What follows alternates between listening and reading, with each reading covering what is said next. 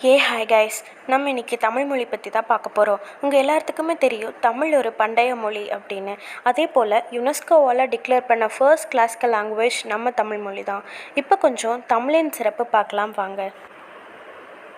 1, 10, 100, 1000, 10000, 100000, 100,000, கோடி, அற்புதம், நிகர்புதம், கும்பம், கணம், கற்பம், நிகர்ப்பம், பத்துமம், சங்கம், வெள்ளம், அந்நியம், அர்ட்டம், பரர்ட்டம், பூரியம், முக்கோடி, மகாயுகம்னு இரு மொழியில் இல்லாத பெயர்களும் தமிழ் மொழியில் உண்டு என்பதன் மிக பெருமையான ஒரு விஷயம்தான். இன்னொரு சிறப்பு, வேணுங்கிறவங்க இதை பாஸ் பண்ணி படிச்சுக்கோங்க. நம் உயிர் எழுத்துக்கள் நம் உயிர் மூச்சில் உள்ளது.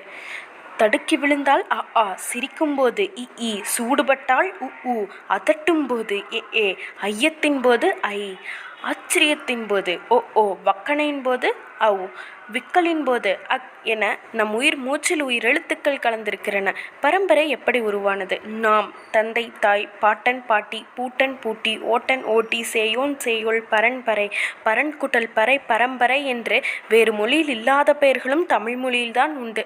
அதனைத் தொடர்ந்து உயிரெழுத்துக்கள் 12, மெய்யெழுத்துக்கள் 18, உயிர்மை எழுத்துக்கள் 216, ஆயுத எழுத்து 1, மொத்தம் 247 எழுத்துக்கள் தமிழ் மொழியில் உள்ளது. இத்தனைய சிறப்பு பெற்ற நம் தமிழ் மொழியை பேணி பாதுகாப்போம் என்று உறுதிமொழி எடுத்து விடைபெறுகிறேன். நன்றி, வணக்கம்.